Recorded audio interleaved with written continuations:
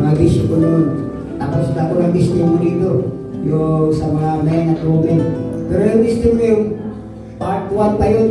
Pero po yung part 2, alam mo lang sa anniversary. Siguro, testimony naman ako. So, ang testimony ito biro. Kasi, nakaranas ako ng sakit. No? Diba ako magsakit ako, hindi ako kasumbong sa mga kamag-anak ko, sa tatay ko. Kasi kung magsumbong ako, marami na silang sinasabi, ayun na, nagkabaan na dahil sa inyo. Ako iba, kinatulong ako para mamatay. Nasubrahan sa pag-inom. Ado-ado mag-inom. Kanisa sakitan ito, pagsakit na ako, tulog akong lang na di ko katindong.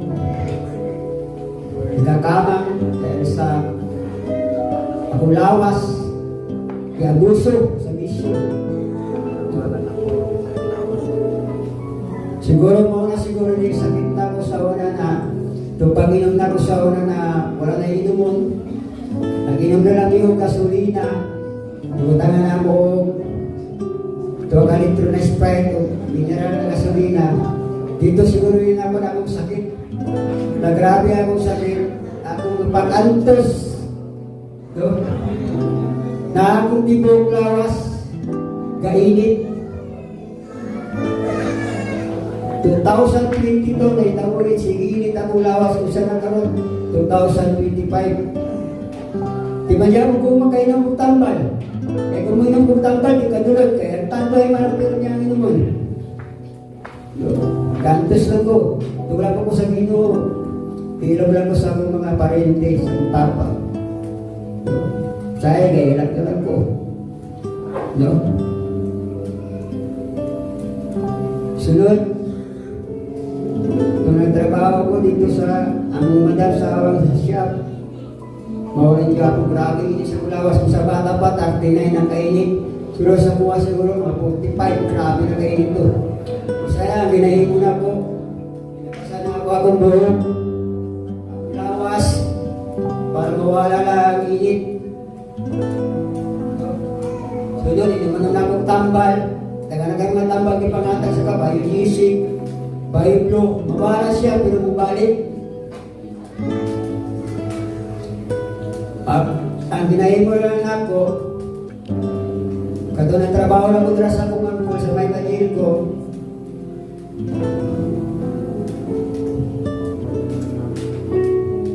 Ang ginahimo lang ako na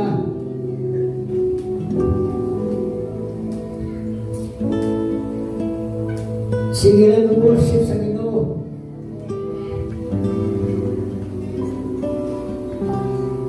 Pray and fasting. Inako, Ginoo, gibalik ng kundi mo sa imo tanggalan yung sakit. Kung dili man, awa akong pangalan sa imong aklat na buhay. Kaya di na namin kaya, Ginoo. Kantos ko ani. Maudo, tira sa aking trabaho na ako, sige ko bilang luhod sa Ginoo. Siguro, karang Kristo sa akong itrabuhan, puno na nagluha. Isigod to, gabi at taon, puno na nagluha. Kay grabe ako sa Ginoo. Ginoo, ulian ni Ginoo. Ang Ginoo yun, doktor. Siya ang dakilang doktor. Tingnan ako, magsigbang inyong sa Ginoo laban. Di na ako kailangan doktor, di na ako magpasikap. Kasi nanak ang Ginoo. Dakot tayo kung pagturo sa imo mga palagasimana. At ako, pinahibak na nawas, napalip. Ginoo, napamandyapon. Kaya yapon, doon, ilang. Pagkuhan, nga nakadlaw, tingnan ko ng ala naman. Ginoo, iba ng ako ko sa imo kapag mawala ni testimony mo na ikaw ang nagpaayos sa kuha.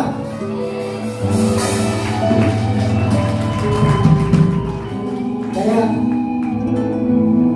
nagsisi na po sa akong kinabuhi. Di na din ako balikan ng akong bisyo. Kasi mauna ang kapitin sa yawa. Nagubahon akong kinabuhi. Nagubahon ng relasyon sa Ginoo. Nagubahon ng relasyon sa asawa. Kaya salamat sa Ginoo. Sayang pag-ayos ako. Parang ako panalabaw pa sa tigilan ko po si dito. Magtayo sa Ginoo, usay, magtingala ito mga nagkaon dito ng mga Muslim. Sa dapat sa'yo manuwi. So, dugog kayo nila. Ngayon mo sa baynayan ha, walang mabungol siguro ilang kaluluwa ba? Hindi manilaga na ng mga inanagpiko na ng kanta. Kaya, napunod na magpasalamat sa Ginoo. Ang yang himala ay giyatang yes ang kuha. Bilang ka yes, karoon pa na ulian. So, dagang salamat. Ang himaya, ang Ginoo, pasalamat sa ating Diyos.